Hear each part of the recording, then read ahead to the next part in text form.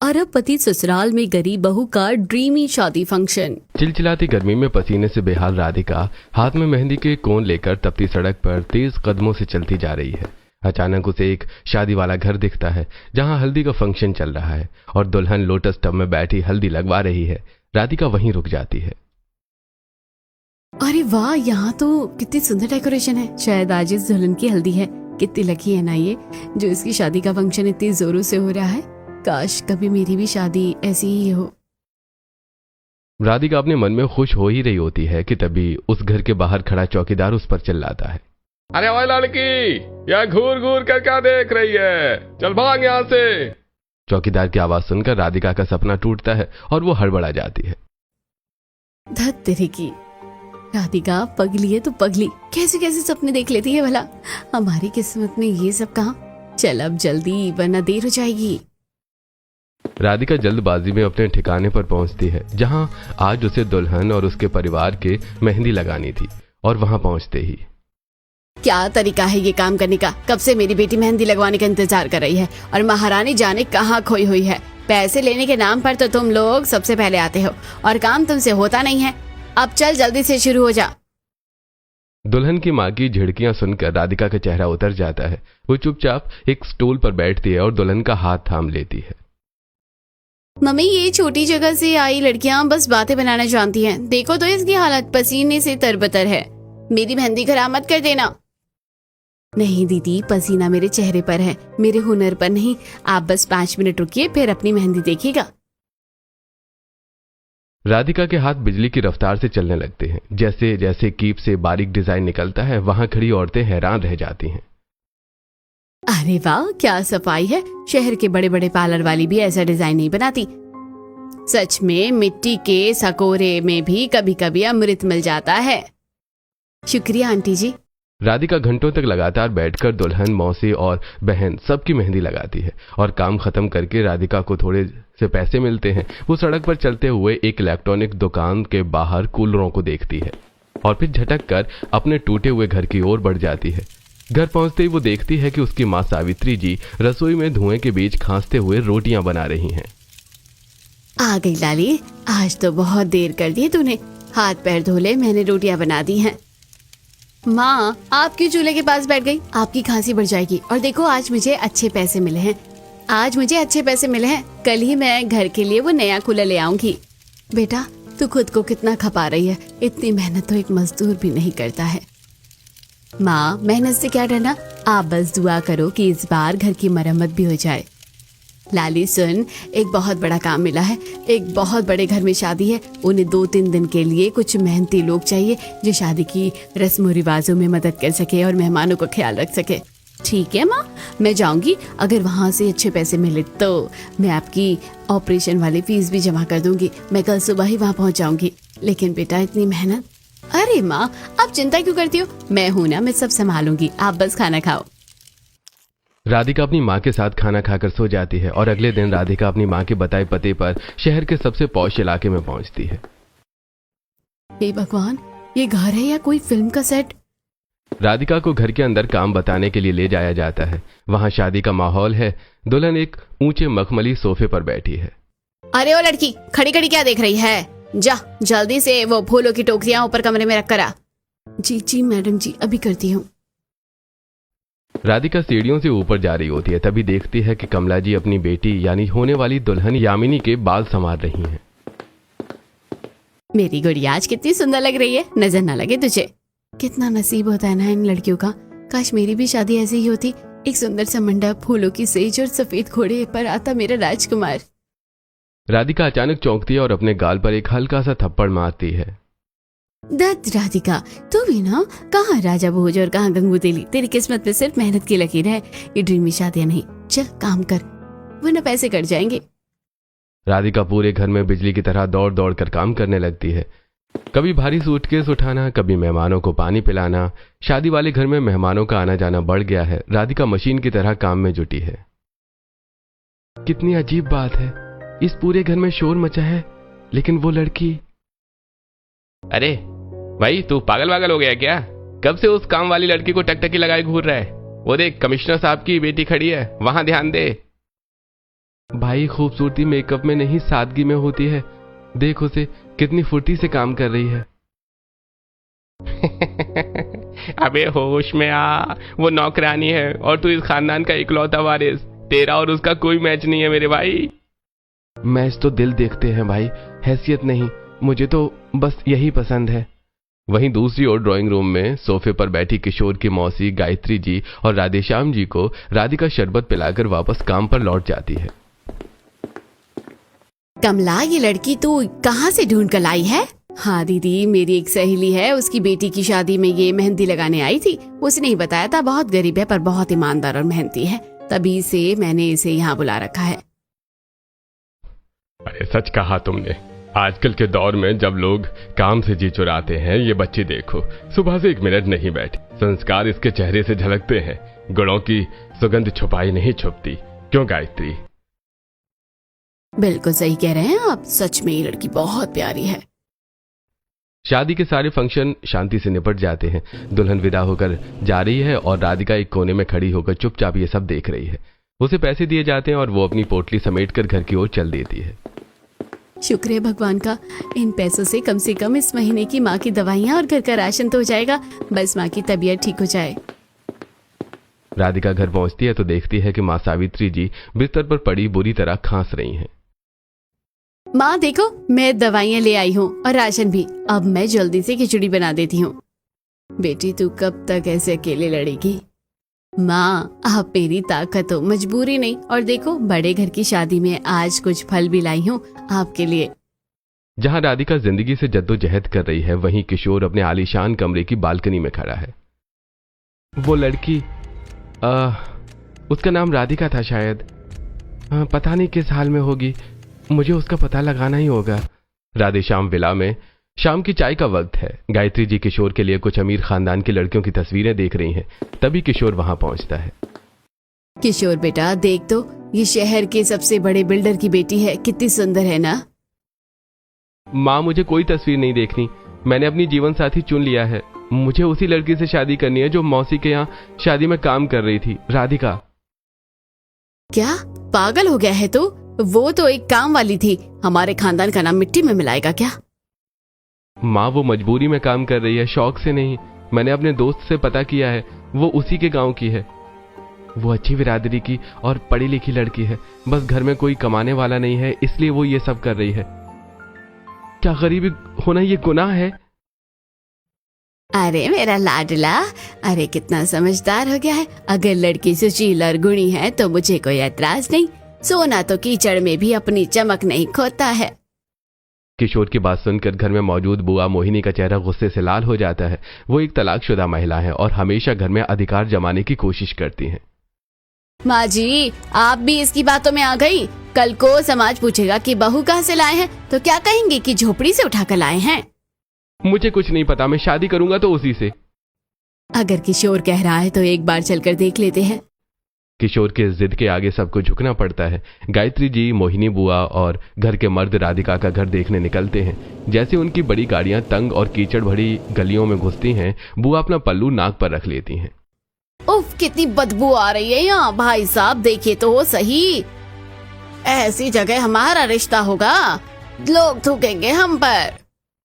मोहिनी बुआ की बात नजरअंदाज करके सभी राधिका के घर पहुंचते हैं। राधिका सादे कपड़ों में माँ की सेवा कर रही है। सावित्री जी इन बड़े लोगों को देखकर हाथ जोड़ने लगती हैं। आप इतने बड़े लोग यहाँ। लाली, जल्दी से कुर्सी साफ कर, साहब और मीम साहब के लिए पानी ला। रहने दीजिए, मैं खड़ी ही भली हूँ, वैसे भी यहाँ सांस लेना मुश्किल हो रहा है। गायत्री देख लिया घर, अब चले।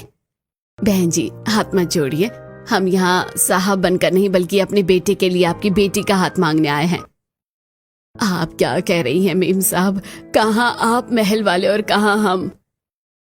सावित्री जी, आपकी बेटी ने हमारी साली की बेटी की शादी में जिस तरह काम किया और बड़ों का आदर किया, उसे देखकर हमारे बेटे किशोर ने अपना दिल इसे दे दिया है। राधिका बेटा, क्या तुम्हें मेरा बेटा किशोर पसंद है? जो माँ और आप लोगों का फैसला होगा वही मेरा भी होगा। गायत्री, तू पागल हो गई है क्या? इस भिखारी खानदान से रिश्ता जोड़ रही है? दीदी पैसा तो हाथ का मैल है। बहन जी ये लीजिए शगुन, आज से राधिका हमारे घर की लक्ष्मी हुई। जैसे ही गायत्री जी राधिका के माथे पर तिलक लगाती हैं और उसे सोने के कंगन पहनाती हैं, मोहल्ले की औरतें दरवाजे पर जमा हो जाती हैं। अरे ये तो वही बड़ी गाड़ियां हैं जो टीवी में दिखती हैं। राधिका की तो लॉटरी लग गई बहन। देख तो सही, कल तक जो फटे कपड़े पहनती थी आज सोने के कंगनों में चमक रही है। महादेव की कैसी माया है। राधे श्याम जी और गायत्री जी विदा लेते हैं। रिश्ता तय हो जाता है, लेकिन लौटते समय बुआ अपना असली रंग दिखाती हैं। वो घर के पुरुषों को इतना भड़काती हैं कि वो लोग शादी कैंसिल करने का मन बना लेते हैं। गायत्री जी का फोन सावित्री जी के पास आता है और वो बताती हैं कि ये रिश्ता नहीं हो सकता। मैं जानती थी बड़े लोग सिर्फ तमाशा देखते हैं। मेरी बच्ची की किस्मत ही खराब है। अब कौन करेगा इससे शादी। तभी राधिका दिन भर का काम खत्म करके थकान से चूर घर लौटती है। वो देखती है कि माँ ने खाना तो परोस दिया है पर खुद गुमसुम है। माँ मैं आ गई, बहुत भूख लगी है। आज क्या बनाया है? आ गई लाली, आ बैठ। मैंने तेरे लिए गर्मा गर्म रोटियां बनाई हैं। जल्दी खा ले फिर सो जाना। हाथ मुंह धो ले, बस पहले खाना खा। माँ आप ऐसे क्यों कर रही हैं? आपकी आंखें लाल क्यों हैं? माँ सच बताओ, क्या उन लोगों का फोन आया था? किसका फोन? किसी का नहीं आया। तू बस खाना खा ले मेरी बच्ची। माँ सच बताओ, क्या फिर से रिश्ता टूट गया? क्या उन्होंने भी हमें ठुकरा दिया? हाँ लाली, बड़े लोग बड़े ही होते हैं। उन्होंने कह दिया कि ये शादी नहीं हो सकती। हमारी किस्मत में सिर्फ अपमान लिखा है बेटा। गरीब की इज्जत कांच की चूड़ी जैसी होती है।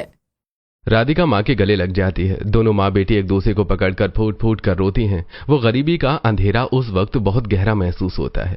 माँ रो मत, मैंने कहा था ना सपने देखना हमारे लिए मना है। उधर हवेली में किशोर को जब पता चलता है तो वो आपे से बाहर हो जाता है। वो घर की बालकनी की रेलिंग पर चढ़ जाता है। अगर राधिका इस घर की बहू नहीं बनी तो मैं आज इस छत से कूद जाऊंगा। मुझे वो लड़की पसंद है और मैं उससे शादी करके रहूंगा, चाहे दुनिया इधर की उधर हो जाए।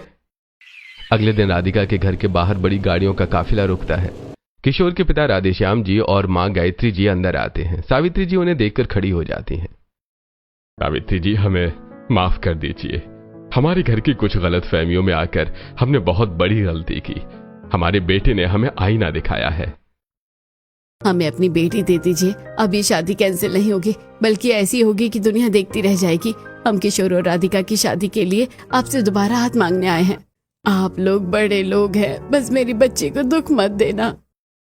किशोर की धमकी के बाद घर वाले राधिका के घर माफी मांगने पहुंचते हैं और शादी फिर से तय होती है। लेकिन जब वो चले जाते हैं तो सावित्री जी खुशी से झूमने की बजाय गुमसुम बैठ जाती है। राधिका पास आती है। अब तो सब ठीक हो गया है। वो लोग माफी मांग कर गए हैं, फिर आप ऐसे क्यों बैठी हो? लाली, मेरा मन डरा हुआ है। दूध का जला छाछ भी फूक फूक कर पीता है। तुझे याद है पहले भी ऐसे ही आए थे, शगुन दे गए और फिर अगले दिन फोन कर दिया कि लड़की हमें पसंद नहीं। अमीर लोग रिश्ता पक्का ही क्यों करते हैं जब उन्हें उसे निभाना नहीं होता। माँ किशोर जी वैसे नहीं है। उन्होंने अपनी जान की बाजी लगा दी इस रिश्ते के लिए। इस बार सब ठीक होगा। माफी और सुलह के बाद राधेश्याम जी ऐलान करते हैं कि शादी डेस्टिनेशन वेडिंग होगी। किशोर, राधिका और गायत्री जी शॉपिंग के लिए दिल्ली पहुंचते हैं। सबसे पहले वो चांदनी चौक के मशहूर ओपी जवाहर और सुधीर भाई जैसे बड़े स्टोर पर पहुंचते हैं, जहां चारों तरफ भारी लहंगे और चमकते कपड़े हैं।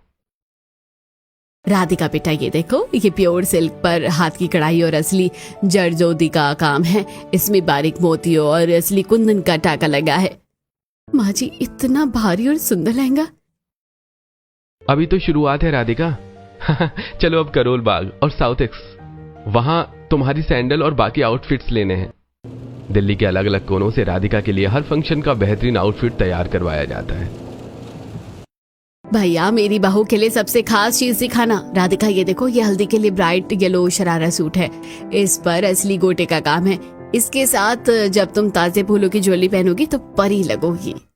माँ जी, ये तो बहुत चमक रहा है। क्या मैं इसमें अच्छी लगूंगी?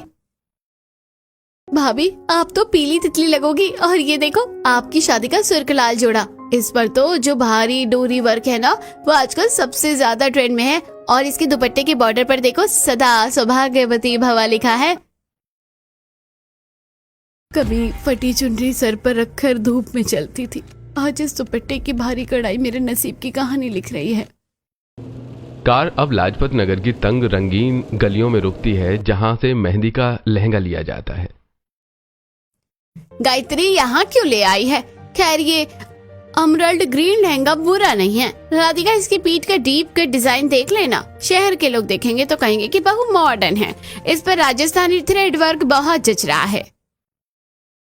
बुआ अभी तो असली धमाका बाकी है। भाभी अब चलिए साउथ एक्सटेंशन, वहाँ से आपकी सगाई के लिए पेस्टल पिंक गाउन उठाना है। उस पर जो सिल्वर जरकन और डायमंड वर्क है वो रात की लाइट में आपको सितारों की तरह चमका देगा। पल्लवी क्या इतने सारे कपड़े वाकई मेरे लिए है? एक ही दिन में इतने रंग।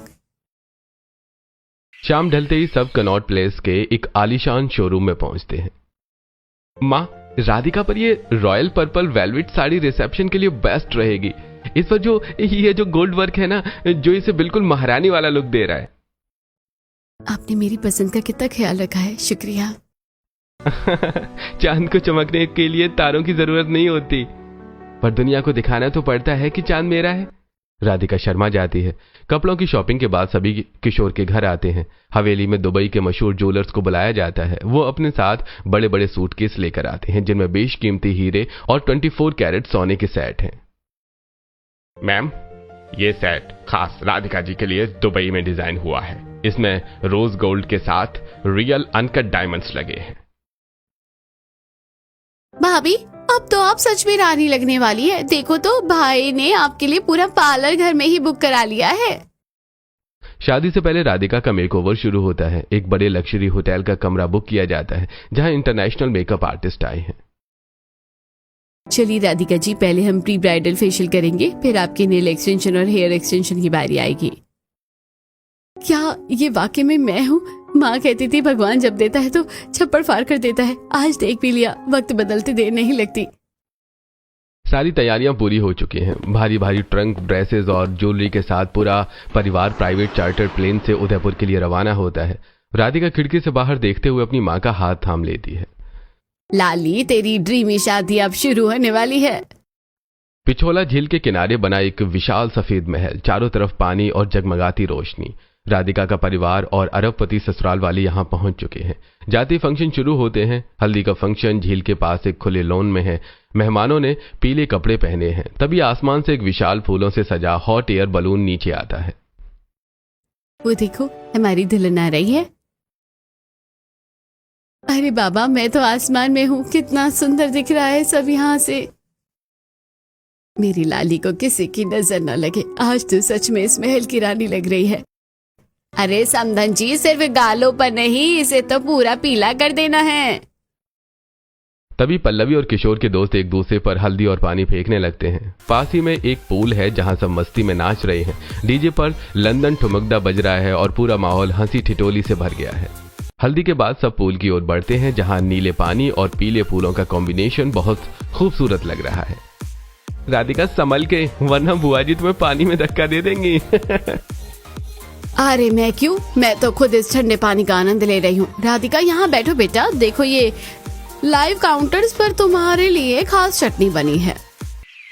शाम ढलते ही महल रोशनी से नहा उठता है। पिछोला झील के पानी में आतिशबाजी हो रही है। राधिका मेहंदी लगवाने बैठी है और उसकी सहेलियां उसे घेर कर बैठी हैं। राधिका, ये सब सच है ना? हमें तो यकीन ही नहीं हो रहा कि तू इतने बड़े महल में ब्याही जा रही है। महादेव का सीधा हाथ है तुझ पे। और नहीं तो क्या, हमें तो लगा था कि तू गली गली मेहंदी लगाएगी, पर देख आज तो तू खुद अपनी ड्रीम मैरिज में बैठी है। क्या भाग खुले है तेरे। सच कहूँ तो यार, मैं भी दूसरों की शादियां देखकर सपने बुनती थी। आज जब ये हकीकत बनी है तो लगता है कि सच्चे दिल से मांगी गई दुआ कभी खाली नहीं जाती। स्टेज पर रोशनी चमकती है। किशोर और राधिका का कपल डांस शुरू होता है। डर तो नहीं लग रहा ना? नहीं, अब नहीं। जब राजकुमार आता तो राजकुमारी को डर कैसा। उदयपुर के महल का पिछला हिस्सा पिछोला झील के किनारे सजाया गया है। चारों तरफ मोगरे के फूलों की लड़ियां लटक रही हैं और पीतल के बड़े बड़े दिए जल रहे हैं। राधिका हरे रंग की भारी लहंगे में एक शाही झूले पर बैठी है। उसके दोनों तरफ दो मशहूर मेहंदी आर्टिस्ट हाथ और पैरों पर बारीक डिजाइन उकेर रही हैं। अरे ये वही राधिका है ना जो हमारे मोहल्ले की गलियों में पसीने से बेहाल होकर मेहंदी लगाती थी। देखो तो सही उसके ठाट बाट। सच कह रही है बहन, हमें तो पता ही नहीं था कि इस लड़की के भाग्य इतनी जोर से खुलेंगे। देख तो पूरे महल को दुल्हनी की तरह सजा दिया है। अरे चाची, किस्मत की बात है ये, जो दूसरों के हाथ सजाती थी आज कुदरत ने उसके खुद के हाथ और तकदीर दोनों सजा दिए हैं। हाँ, ये मेरी वही ड्रीमी शादी है जिसका मैंने बचपन से सपना देखा था। सफेद घोड़े वाला राजकुमार, ये जगमगाते महल। तभी डीजे पर एक धमाकेदार गाना बजता है। किशोर की माँ और नंद पल्लवी आकर राधिका की सहेलियों को खींचकर डांस फ्लोर पर ले जाती हैं। चलिए चलिए, भाभी की सहेलियां आ गई हैं, तो अब महफिल और जमनी चाहिए। आज कोई चुपचाप नहीं बैठेगा। अचानक लाइटें बंद होती हैं और एक स्पॉटलाइट राधिका पर आकर रुकती है। डीजे पर गाना बजता है, मेरे सैया सुपरस्टार। राधिका स्टेज पर आती है और अपनी सहेलियों के साथ थिरकने लगती है। मेरे सैया सुपरस्टार, मेरे सैया सुपरस्टार। किशोर सीट पर बैठा हुआ है, राधिका को देखकर मुस्कुराता है और सीटियां बजाता है। अरे वाह राधिका, कमाल कर दिया तुमने। भाभी, आपने तो आग लगा दी। देखो भैया की नजरें ही नहीं हट रही है आपसे।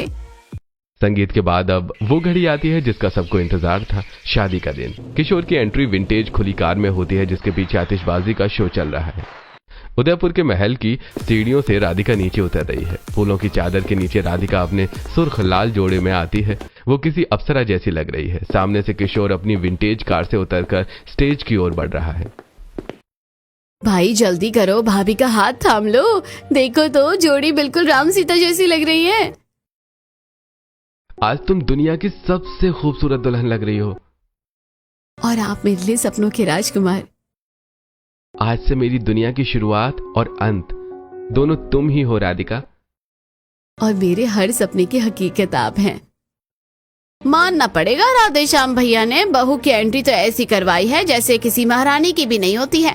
किस्मत मेहरबान हो तो गधा भी पहलवान हो जाता है, पर यहाँ तो लड़की वाकई किस्मत वाली निकली। अरे चुप कर मोहिनी, ये राम सीता की जोड़ी है। देख कितनी शोभा दे रही है दोनों को एक साथ। अब रात का समय है। झील के किनारे बने पवित्र मंडप में अग्नि के सामने दोनों बैठे हैं। पंडित जी मंत्र पढ़ रहे हैं। वर वधू आगे आएंगे और अगले फेरे के लिए प्रतिज्ञा लेंगे।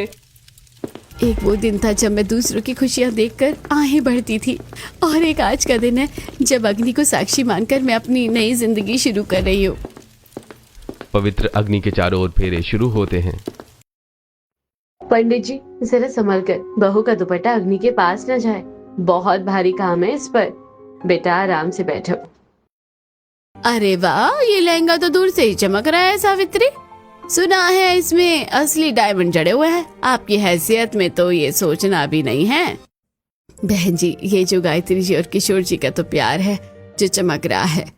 राधिका और किशोर की शादी होती है। सभी लोग खाना खाते हैं और सिंदूर दान की रस्म के बाद सुबह की पहली किरण के साथ विदाई का वक्त आता है। महल के बाहर फूलों से सजी कार खड़ी है। राधिका अपनी माँ सावित्री जी के गले लगकर फूट फूट कर रो रही है। जा लाली, अपने नए घर को स्वर्ग बना। आज मेरी सारी चिंताएं खत्म हो गई है। भगवान ने तेरी सुन ली।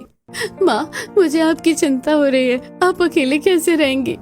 कौन आपका ख्याल रखेगा? मेरा मन नहीं कर रहा आपको यहाँ इस हाल में छोड़कर जाने का। तू फिक्र मत कर बेटा, तू खुश रहेगी तो मैं भी ठीक रहूंगी। बेटी की विदाई तो कुदरत का दस्तूर है, इसे हंस कर निभा। देख बहन, इसे कहते हैं किस्मत का पलटना। कल तक जो हमारे घरों में मेहंदी लगाती थी, आज वो करोड़ों के घर की मालकिन बनकर जा रही है। माँ जी आप परेशान मत हो। राधिका आपकी बेटी है तो मैं आपका बेटा हूँ। अब से आपकी जिम्मेदारी मेरी है। राधिका कार में बैठती है और पीछे मुड़कर अपनी माँ और उस महल को देखती है। कार धीरे धीरे आगे बढ़ती है। पीछे मेरा संघर्ष छूट रहा है और आगे एक नया अनजाना सा लेकिन एक खूबसूरत संसार है। अंधेरी रात के बाद ही सुनहरी सुबह आती है और मेरी सुबह आज हो गई है। उदयपुर से शादी करके जब बारात वापस शहर हवेली पहुंचती है तो स्वागत के लिए पड़ोसियों और रिश्तेदारों की भीड़ उमड़ पड़ती है। सुना है लड़की बहुत ही गरीब घर की है। इसके पास रहने को ढंग की छत भी नहीं थी। इतने बड़े खानदान ने आखिर क्या देखकर रिश्ता जोड़ लिया? अरे मैंने तो भाई साहब को पहले ही कहा था, ये तो किस्मत का हो कि शादी हो गई, वरना इसके तो दो बार रिश्ते टूट चुके हैं। बड़ा मुश्किल से पल्ला झाड़ा है इसकी माँ ने। लोग तो कह रहे हैं कि कुछ ना कुछ खोट तो होगा ही लड़की में। अच्छा, 2 बार शादी टूटते टूटते बची है, पर तो दाल में कुछ काला है। राधिका की आंखों में आंसू आ जाते हैं और वो सिर झुका लेती है। तभी किशोर उसका हाथ कसकर थाम लेता है और भीड़ की तरफ मोड़ता है। बस कीजिए, बहुत सुन लिया मैंने। बुआ जी और आप सब लोग भी सुन लीजिए। आप लोग इसे गरीब कह रहे हैं? जिस लड़की ने अपनी मेहनत से अपनी माँ का सहारा बना, जो स्वाभिमानी है, वो गरीब कैसे हुई? खोट राधिका में नहीं, उन लोगों की सोच में थी जो दहेज और लालच के पीछे भाग रहे थे। अरे मेरे लिए गर्व की बात है कि इस घर की बहू बनी है। आज के बाद किसी ने भी इसके अतीत या गरीबी पर बात की तो याद रखिएगा। किशोर की बातों ने राधिका का मान बढ़ा दिया। अब हवेली के मुख्य द्वार पर फूलों की कालीन बिछी है। आओ बेटा राधिका, अपने भाग्यशाली कदमों से इस घर को धन्य करो। तुम हमारे घर की लक्ष्मी हो। राधिका के पैरों में सोने का कलश रखा है। वो धीरे से उसे गिराती है और आलता में डूबे पैरों से सफेद कालीन पर चलते हुए अंदर आती है। घर के अंदर का इंटीरियर बहुत ही रॉयल झूमरों और कीमती फर्नीचर से सजा हुआ है। नजर ना लगे मेरी बहू को, आज से ये घर, ये चाबियां और ये खुशियां सब तुम्हारी है। गृह प्रवेश के बाद किशोर राधिका को उसके नए कमरे में लेकर जाता है, जहां सफेद मखमल के पर्दे, ताजे गुलाबों से सजा बेड और खिड़की से दिखता खूबसूरत नजारा दिख रहा था। किशोर जी, आज आपने सबके सामने जो मेरा साथ दिया वो मेरे लिए दुनिया की सबसे बड़ी दौलत है। राधिका, इंसान के कपड़े उसकी गरीबी तय नहीं करते, उसका चरित्र और उसका साथ देने वाले लोग करते हैं। दोनों पति पत्नी प्यार में खो जाते हैं। शादी की अगली सुबह राधिका अपनी पहली रसोई के लिए तैयार होती है। वो अपनी सादगी और स्वाद से सबका मन मोह लेती है। माँ कहती थी कि किसी के दिल का रास्ता पेट से होकर गुजरता है। आज मैं अपनी मेहनत और प्यार से इस घर को अपना बनाऊंगी। राधिका बेटा, ये क्या, तुम आराम करती, लेकिन तुम्हारे हाथ के बने इस हलवे की खुशबू तो पूरे घर में महक रही है। राधिका सबको अपने हाथ से खाना खिलाती है। उसकी मेहनत देखकर दादी, सास और ससुर जी बहुत खुश होते हैं। ये लो बेटा, ये खानदानी जड़ाऊ हार, तुम्हारा शगुन। तूने इस घर में कदम क्या रखा, मुझे तो लगता है अब मैं सोने की सीढ़ी चढ़ जाऊंगी। पहली रसोई में सभी राधिका को कुछ न कुछ देते हैं। वहीं राधेश्याम जी उन्हें हनीमून की टिकट्स देते हैं, जिसके बाद किशोर राधिका को मालदीव्स लेकर पहुंचता है। किशोर जी, मुझे यकीन ही नहीं हो रहा कि मैं सच में मालदीव्स में हूँ। मैंने तो सिर्फ मोबाइल में ऐसी जगह देखी थी। ऐसा लग रहा है जैसे मैं किसी दूसरी दुनिया में हूँ। राधिका, ये तो बस शुरुआत है। रात का समय है। समंदर के किनारे सिर्फ किशोर और राधिका के लिए एक कैंडल लाइट डिनर का इंतजाम किया गया है। ये तुम्हारे लिए। ये क्या, अभी तो इतनी सारी ज्वेलरी मिली है। वो सब घर वालों की तरफ से था, ये मेरी तरफ से है। शुक्रिया मेरी जिंदगी में आने के लिए। किशोर राधिका को अंगूठी पहनाता है। मालदीव्स के उस सुंदर द्वीप पर राधिका और किशोर ने कभी समंदर में क्रूज की सवारी तो कभी लहरों के बीच स्कूबा डाइविंग की। अब मैं वापस अपने घर जा रही हूँ, एक बहू के रूप में। राधिका वापस अपने घर आती है और 6 महीने बीतते हैं और पूरे घर को संभाल सुबह राधिका ताजे फूलों से मंदिर सजा रही है। फिर ससुर जी के लिए बिना चीनी की चाय और अखबार लेकर जाती है। राधिका बेटा, जब तक तुम्हारे हाथ की चाय ना मिले दिन की शुरुआत अधूरी लगती है। तुम घर क्या आई, खुशियां खुद ब खुद खिंची चली आई। पापा जी, ये तो मेरा सौभाग्य है कि मुझे आप जैसा पिता मिला। और हाँ, आज आपकी मीटिंग है तो मैंने आपका कोट और दवाइयाँ कार में रखवा दी है। दोपहर के समय राधिका सासू माँ गायत्री जी के साथ बैठकर घर के हिसाब किताब और दान पुण्य की बातें करती है। बेटा, मुझे पहले डर था कि तुम इतने बड़े घर को कैसे संभालोगी, पर तुमने तो अपनी सूझबूझ से मेरा काम आधा कर दिया। अरे ओ राधिका, वो मेरे कमरे का पर्दा थोड़ा ढीला था, जरा देख लेना। और सुनो, वो कल जो तुमने जुकाम के लिए काढ़ा पिलाया था ना, उससे काफी आराम मिला है। बुआ जी फिक्र मत कीजिए, मैं सब देख लूंगी और शाम को आपके लिए खास अदरक वाली चाय मैं खुद बना कर लाऊंगी। कुछ दिनों बाद गर्मियों की छुट्टियां हैं और पूरा परिवार केदारनाथ की यात्रा पर निकलता है। राधिका एक तरफ अपनी सासू माँ का हाथ पकड़े है और दूसरी तरफ अपनी माँ का। किशोर गर्व से अपनी पत्नी को देख रहा है। लाली, आज मेरा जीवन सफल हो गया है। कभी सोचा नहीं था कि जीते जी केदार बाबा के दर्शन होंगे। माँ, ये सब महादेव की कृपा है और किशोर जी का प्यार, जिन्होंने हम सबको एक परिवार की तरह लाया है। ट्रिप से लौटने के बाद कुछ दिन बाद हवेली में पूजा का आयोजन होता है। अचानक राधिका चक्कर खाकर गिर पड़ती है और पूरा परिवार घबरा जाता है। डॉक्टर, क्या हुआ मेरी बहू को? अरे घबराने की बात नहीं है गायत्री जी, मिठाई मंगवाइए, राधिका जी माँ बनने वाली हैं। चलो, अब मैं खुशी खुशी सोने की नसें नहीं चढ़ सकती हूँ। मेरी आखिरी इच्छा पूरी हुई। अगले कुछ महीनों तक पूरा परिवार राधिका की खातिर करता है और 7वें महीने में राधिका की गोद भराई का फंक्शन रखा जाता है। राधिका एक खूबसूरत मखमली जोड़े में स्टेज पर बैठी है। मुझे आज भी यकीन नहीं होता, अपनी ड्रीम वेडिंग के बाद मेरी गोद भराई भी किसी ड्रीम जैसी होगी। मैंने कभी सोचा नहीं था कि इस अरबपति ससुराल में गरीब बहू की ऐसी ड्रीम शादी और गोद भराई होगी। सभी राधिका को आशीर्वाद देते हैं और कुछ महीनों के बाद वो एक बेटे को जन्म देती है। राधिका का सपना तो पूरा हो गया।